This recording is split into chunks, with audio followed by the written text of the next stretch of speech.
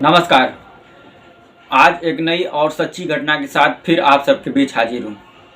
आज की जो सच्ची घटना है ये पूरा सुनेंगे जब आप तो सोचने पर मजबूर हो जाएंगे कि लोग पैसे के पीछे कितना पागल हो चुके हैं। पैसा के लिए रिश्ता नाता सब खत्म कर दे रहे हैं। यानी लोग अब केवल और केवल पैसा को ही इम्पोर्टेंट दे रहे हैं। बाकी कोई भी रिश्ता हो, कोई भी नाता हो, कुछ किसी भी बात से कोई भी फर्क नहीं पड़ता है। एक लाश जो 850 किलोमीटर तक सफ़र करती है इस सड़क पर, बीच में टोल नाका आता है, पुलिस की तमाम चेकिंग होती है, लेकिन फिर भी वो बचते बचाते अपने मंजिल तक पहुंच जाती है। और उस लाश के साथ 3 लोग और सफ़र कर रहे थे। जब इसका खुलासा होता है तो ना सिर्फ पुलिस बल्कि जितने टोल नाके रहते हैं और जिन जिन पुलिस वालों का ड्यूटी उस समय उस रोड पर चेकिंग के लिए लगी रहती है, वो सब भी सर पकड़ लेते हैं कि कैसे ये मुमकिन हुआ। तो मैं आज की कहानी आप सबको सुना रहा हूँ। कहानी है हैदराबाद से। एक गाड़ी में, रेड कलर का i10 गाड़ी में, एक महिला और 2 उसके दोस्त एक लाश को लेकर निकलते हैं। 850 किलोमीटर का सफ़र तय करके वो पहुंचते हैं गुडाकू कॉफ़ी स्टेट, और वहां पर उस लाश को सुनसान जगह पर फेंक करके उसके ऊपर पेट्रोल छिड़ककर आग लगा देते हैं। लाश पूरी तरीके से जल जाती है। उसके बाद वह महिला रिटर्न हैदराबाद जाती है। हैदराबाद जा करके वह पुलिस के पास पहुंच जाती है और अपने पति के गुमशुदगी का रिपोर्ट दर्ज करा देती है। उस महिला का नाम रहता है निहारिका और उसके पति का नाम है रमेश। निहारिका की उम्र 30 साल और उसके पति का उम्र 55 साल है। निहारिका पुलिस स्टेशन जाती है, अपने पति की रिपोर्ट दर्ज कराती है कि मेरे पति मिल नहीं रहे हैं। पुलिस की टीम ढूंढना शुरू करती है। हैदराबाद पुलिस की टीम 2-4 दिन लगता है लेकिन कुछ पता नहीं चलता है। तभी गुडाकू पुलिस को एक जली हुई लाश मिलती है। पुलिस की टीम जो भी अवशेष बचे रहते हैं लाश का, जली हुई लाश का, उठाती है। फॉरेंसिक टीम भी पहुंचती है। सब जो भी सबूत रहता है इकट्ठा करते हैं सब पुलिस वाले और उसको फॉरेंसिक लैब में भेज देते हैं जांच के लिए। अब उधर गुडाकू पुलिस ढूंढ रही है कि ये लाश किसका है, और इधर हैदराबाद पुलिस ढूंढ रही है कि एक व्यक्ति गायब है। और उस हैदराबाद पुलिस के ऊपर दबाव भी बनाया जा रहा है। निहारिका जाकर के दबाव बना रही है कि मेरे पति को आप लोग ढूंढ नहीं रहे हैं। इधर गुडाकू की जो पुलिस है वह एक जली हुई लाश का शिनाख्त अभी कर रही है कि यह है कौन, कहाँ का रहने वाला है और उसको कौन लाकर यहाँ पर जला दिया। अब सीसीटीवी कैमरा पुलिस खंगालती है, उस एरिया में कितना लोग जा रहे हैं, क्या कर रहे हैं। पुलिस को टीम को एक रेड कलर की i10 कार नज़र आती है जो संदिग्ध लगती है। उसमें 3 लोग नज़र आते हैं पुलिस को। जब उस नंबर को जूम करके पुलिस देखती है तो पता चलता है कि ये जो गाड़ी है ये रमेश नाम के व्यक्ति के नाम से रजिस्टर्ड है और ये हैदराबाद के रहने वाला है। अब गुडाकू को पुलिस हैदराबाद पुलिस से संपर्क करती है। तो हैदराबाद पुलिस से जब संपर्क करती है तो पता चलता है कि जिस रमेश की गुमशुदगी की रिपोर्ट दर्ज कराई है उसकी पत्नी, और जिस रमेश की हैदराबाद पुलिस हैदराबाद में खोज रही थी, उसकी कार मिली हुई कार जो है वहाँ पर देखी गई है और एक लाश गुडाकू पुलिस को मिली है। तब हैदराबाद पुलिस संपर्क करती है उसके पत्नी निहारिका से। उससे पूछताछ करती है कि तुम्हारी कार को गुडाकू में देखा गया है और वहाँ की पुलिस ने हमसे संपर्क किया था। निहारिका सीधे इनकार कर जाती है कि हमारी कार वहाँ क्या करने जाएगी। तभी गुडाकू की जो पुलिस रहती है वह जो कार में 3 लोग दिखते हैं, फिर हैदराबाद पुलिस को बताती है कि उसमें 2 पुरुष और 1 महिला है। अब हैदराबाद पुलिस और गुडाकू की पुलिस दोनों मिलकर इस केस की छानबीन में लग जाते हैं। अब हैदराबाद पुलिस को कहीं ना कहीं संदिग्ध नजर आ रही थी उसकी पत्नी जो है निहारिका। रोने लगी निहारिका पुलिस के सामने। पुलिस की टीम इधर जांच कर रही है।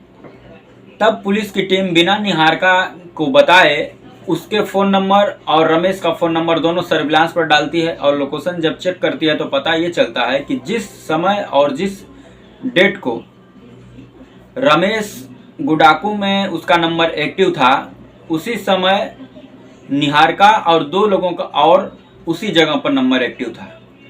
पुलिस की टीम को लगता है कहीं न कहीं इस पूरे मैटर में निहारिका का हाथ है। पुलिस की टीम निहारिका को उठाती है और पूछताछ शुरू करती है। निहारिका पहले तो पुलिस के ऊपर इल्ज़ाम लगा देती है कि मेरे पति को आप लोग ढूंढ नहीं पा रहे हो, इसीलिए मुझे फंसा रहे हो।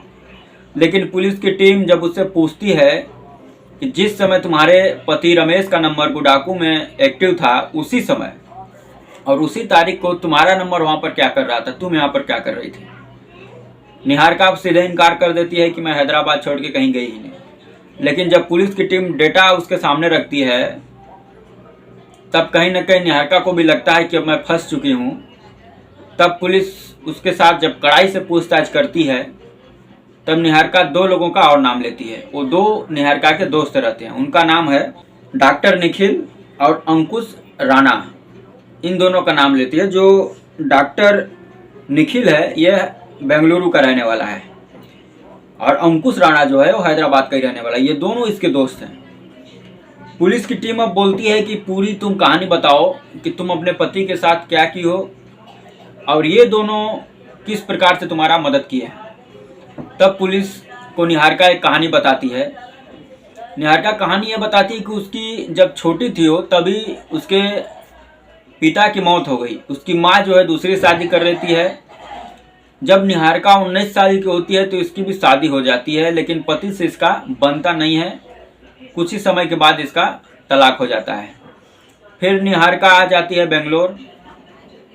बेंगलोर आती है। उसी समय इसका डॉक्टर निखिल से दोस्ती होती है।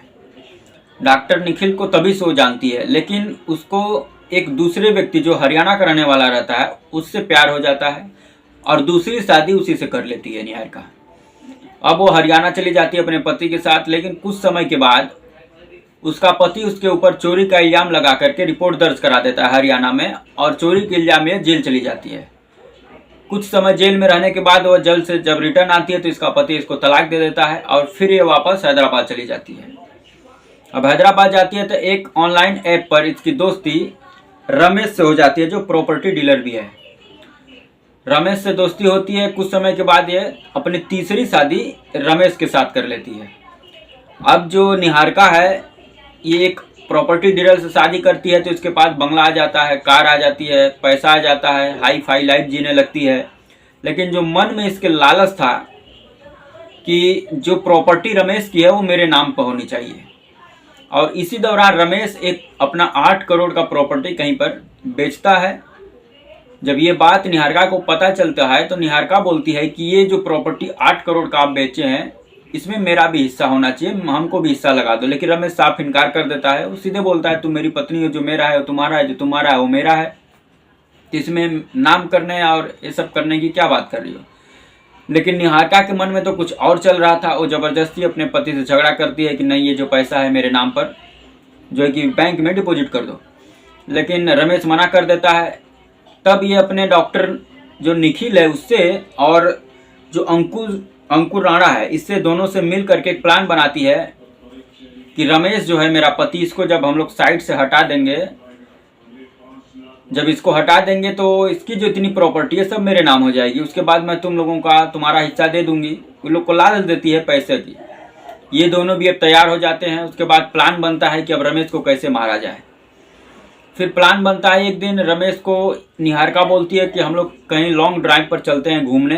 रमेश भी तैयार हो जाता है। पत्नी से झगड़ा चल रहा था प्रॉपर्टी को लेकर, पत्नी अच्छी मूड में है, इसको भी लगता है कि चलना चाहिए, कहीं घूमना चाहिए। अब ये तैयार हो जाता है। कार से दोनों निकलते हैं, पति पत्नी निहारिका और रमेश। कुछ दूर जाने के बाद रास्ते में प्लान के मुताबिक अंकुर राणा मिलता है। पत्नी देखती है, बोलती है तो मेरा दोस्त है, रुकिए पूछते हैं कहाँ जा रहा है, रास्ते में कहाँ भटक रहा है। निहारिका उससे पूछती है, वो बोलता है हमको थोड़ा आके ड्रॉप कर दो।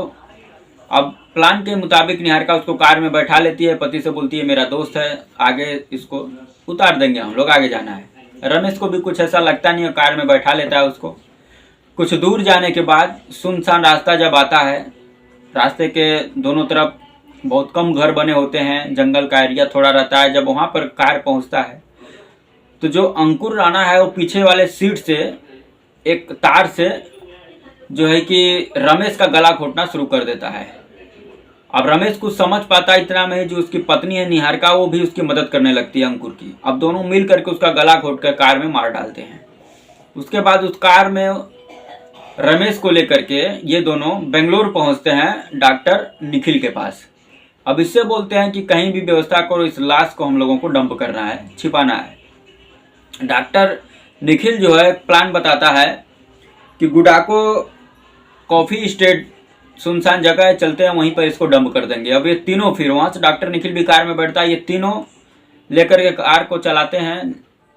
गुडाको में कॉफी स्टेट पहुँचते हैं, सुनसान जगह पर लाश को फेंक करके पेट्रोल छिड़क करके आगे लगा देते हैं, ऊपर से कम्बल फेंक कर चले आते हैं सब उसी कार से रिटर्न। और रिटर्न आने के बाद बहुत ही चालाकी से निहारिका जो रहती है अपने पति की गुमशुदगी की रिपोर्ट थाने में दर्ज करा देती है, ताकि यदि कल को कुछ होता है तो पुलिस का शक मेरे ऊपर न आए। लेकिन पुलिस तो पुलिस है, यदि पुलिस अच्छे से इन्वेस्टिगेशन किसी भी केस की करे तो चाहे पताल में कातिल छुपा हो, चाहे जमीन के नीचे, उसको ढूंढी निकालती है। और वही इस केस में भी हुआ। पुलिस आखिरकार कातिल के पास पहुंच गई, ना सिर्फ कातिल के पास बल्कि उसके दो दोस्तों के पास भी। ये तीनों सलाखों के पीछे हैं। तो यही रही दोस्तों आज की सच्ची कहानी की किस प्रकार से एक औरत जो पैसे के चक्कर में अपनी पूरी जिंदगी खराब कर दी। 3 शादी उसकी हुई, तीनों शादी तोड़ दी, तीसरे पति की हत्या कर दी, केवल और केवल धन, पैसे और प्रॉपर्टी के लिए। तो आप क्या समझते हैं, आपका क्या विचार है, कमेंट कर जरूर बताएं। वीडियो अच्छा लगे तो लाइक कर दें, चैनल पर करना है तो सब्सक्राइब कर दें और शेयर करना ना भूलें। जय हिंद, वंदे मातरम।